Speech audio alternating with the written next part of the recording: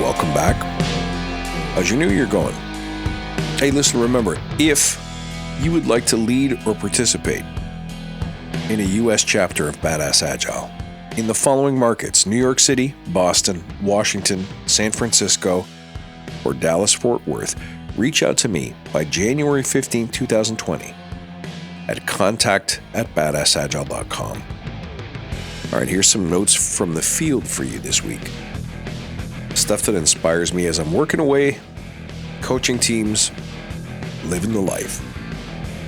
I want to remind you that if whatever you're doing makes people unhappy or has a negative impact on quality, it will not make you faster.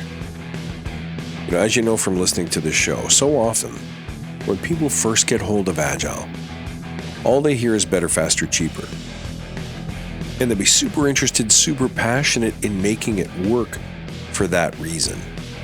Because somewhere in the background, someone has plugged in the wrong motivation for becoming Agile. Someone somewhere is being bonused or rewarded or celebrated for getting stuff done in less time, with fewer people, with lower cost. Now, there's nothing inherently wrong with that, but remember, it is not the primary reason for adopting Agile principles.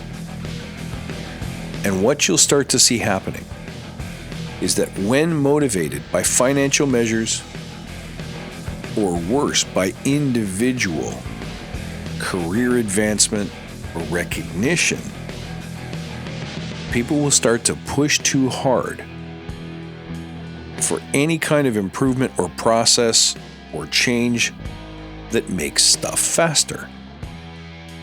But one of the most important learnings that teams can have, and you have to experience this because I think if you coach it, if you preach it, it's not going to work. It'll fall on deaf ears. One of the things that you need to grab onto when you see people making a change and you notice that it makes people unhappy, like it stresses them out, it forces them to work without a sensible plan, it creates too much chaos, too much mayhem, or it forces too much scope into an impossible timeline. Maybe it tries to drive velocity down when it can't be driven down anymore.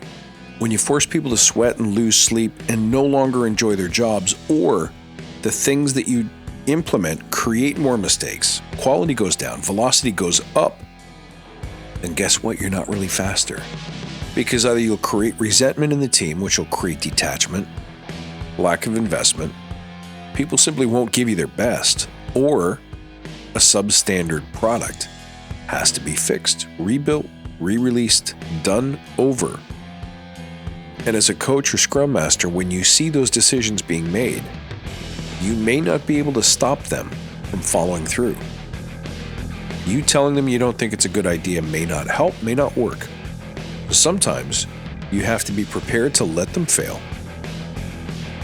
And on the other side of that, at the very latest, when you do a retrospective, you can draw attention to it. You say, folks, how did that go? Did we get the quality we were looking for? How's everybody feeling this week? And when people start to report, I'm not happy.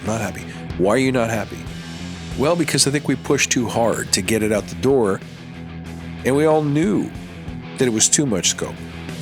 Or we all knew that we were shortchanging quality. Then you as a coach can highlight to them. So what I hear you saying is that decision, that approach, that experiment worked in the sense that it made you faster, but ultimately failed because it's made you miserable or it's eroded your quality. And hopefully you'll see some heads nodding in the room, which is proof positive that faster itself is not the goal. Faster itself is not better. What's better is a happier team that's been complicit in their own success by creating the processes, the frameworks, the Agile Scrum structures that work for them, for their personality, for their size, for their scope. But also when they create work that they can be proud of, that stuff matters. And as I always say, when you get that right, when you have happier people doing meaningful work, faster comes as a natural byproduct. That's something to remember. Keep it in your toolkit for this week, guys. Hey, as always, it's been a pleasure talking to you. Remember, you can reach out at badassagile.com. Find me on Twitter at badass_agile or on Instagram at badassagile. Until then, stay badass.